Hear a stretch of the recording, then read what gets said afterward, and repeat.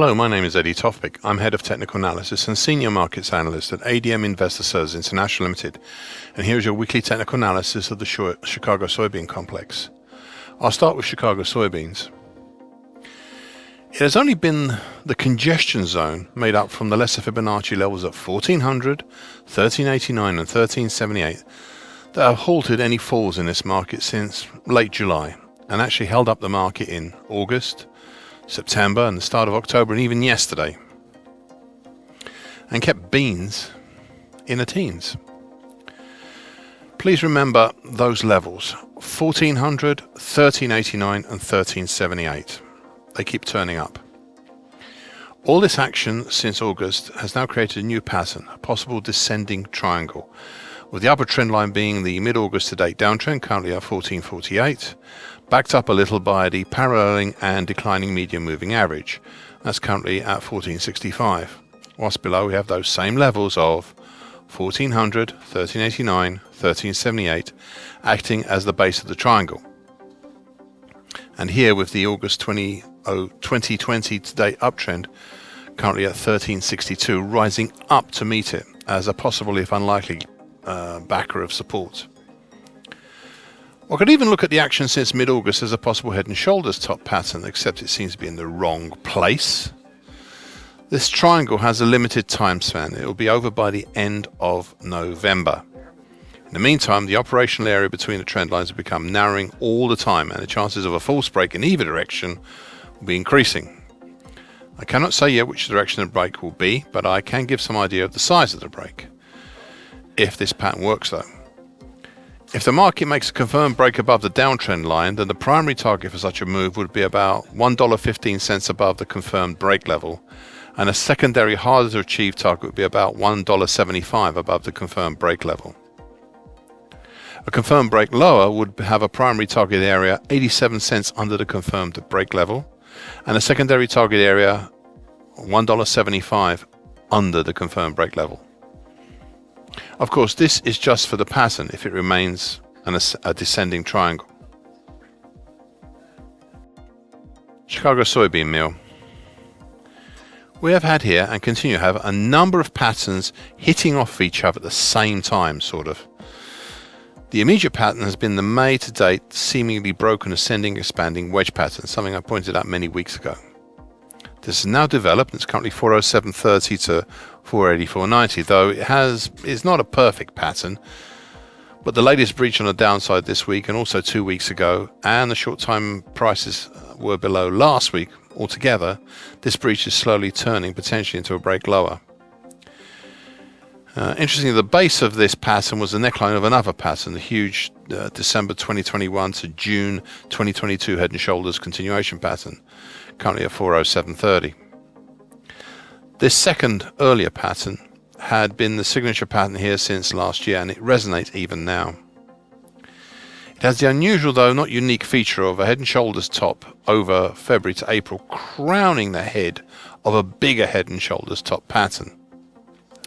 Now, going back to the neckline for a moment, this shallow uptrend had also been the base of a quad and arguably a quintuple bottom, so a break below would be very interesting on that level as well. Anyway, the next key obstacle on the downside is still, I suppose, the 50% Fibonacci line of the October 2021 to March 2022 move at 400.50. My previous thoughts on tackling this support were not complimentary to any attempt lower. I quote, "Well, good luck with that. The market has tried that a total of 6 times so far since May with no result. I'd just keep an eye on the parameters of the ascending expanding wedge pattern, as that seems to be the key here." End of quote. Well, I continue, for now at least, and for the first time since June, to have a suspicion that the current move lower might be possibly successful. Beyond the 50% Fibonacci line at 400.50 of another 50% Fibonacci line lower down at 386.80. This seems a reasonable area to look at next on the downside. Additionally, it might now be time to place some ideas on the downside. Thus, for an ascending expanding wedge pattern, a primary target X would be in the 367 area, and a secondary hard to achieve target X1 would be in the 342 area. These are big numbers to think about, and they are based on the move lower being a genuine one, not a false break. And I'll speak about that in a second. So with all those caveats, those are the opportunities below. It will now be interesting to see if the market follows through with this seeming break lower. One final addendum. Watch out for a possible dead cross. Well, two final addendums. Watch out for a possible dead cross of the short medium moving average, currently 419.70, down through the medium moving average, currently 419.40. A dead cross is a lagging indicator. And finally, today's action looks like day 3 of a 3-day bullish morning star pattern. If we close up over this 405 area or around anywhere near there, then that could easily be, and now we have a beginnings of a double bottom, but it's not certain as yet, though it does look promising, shall we say. And contrary to the idea of pushing lower, it would very much depend what we do when we get to that neckline. Chicago soybean oil.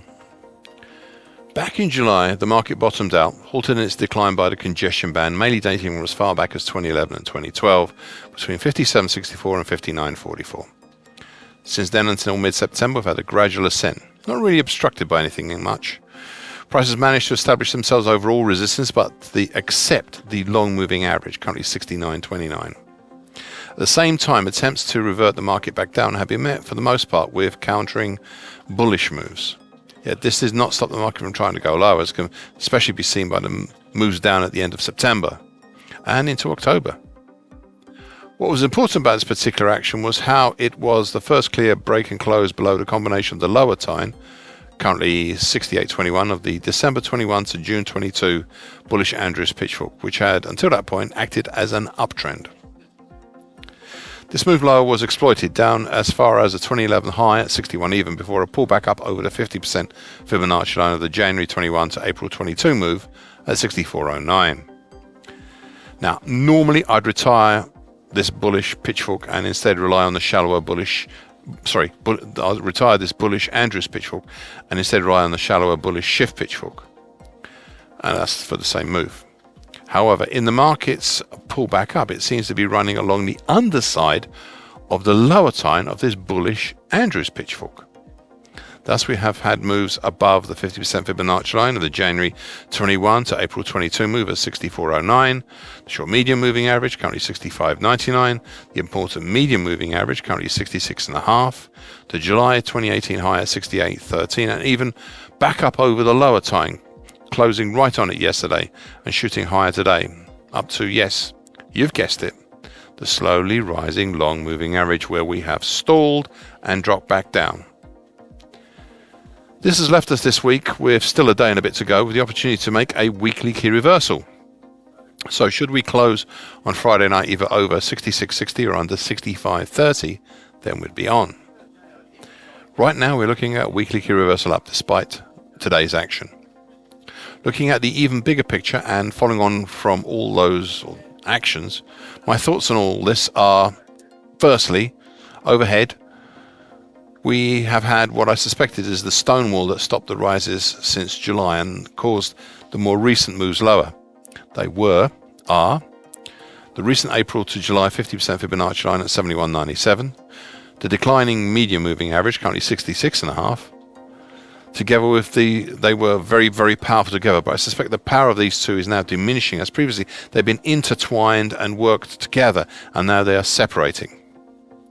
Secondly, I have a suspicion that the action since June to May may be culminating in an extended V-bottom pattern. Now, an extended V-bottom pattern is very much like a regular V-bottom pattern, but the upward moving leg of the V on the way out, in this particular instance, has an extension, such as a bull flag or in some other form of congestion, much as we've seen here. Extensions may happen before the V as well, but for this particular market, we'll look at what is happening post V bottom. All this now goes against the monthly key reversal down we saw in September.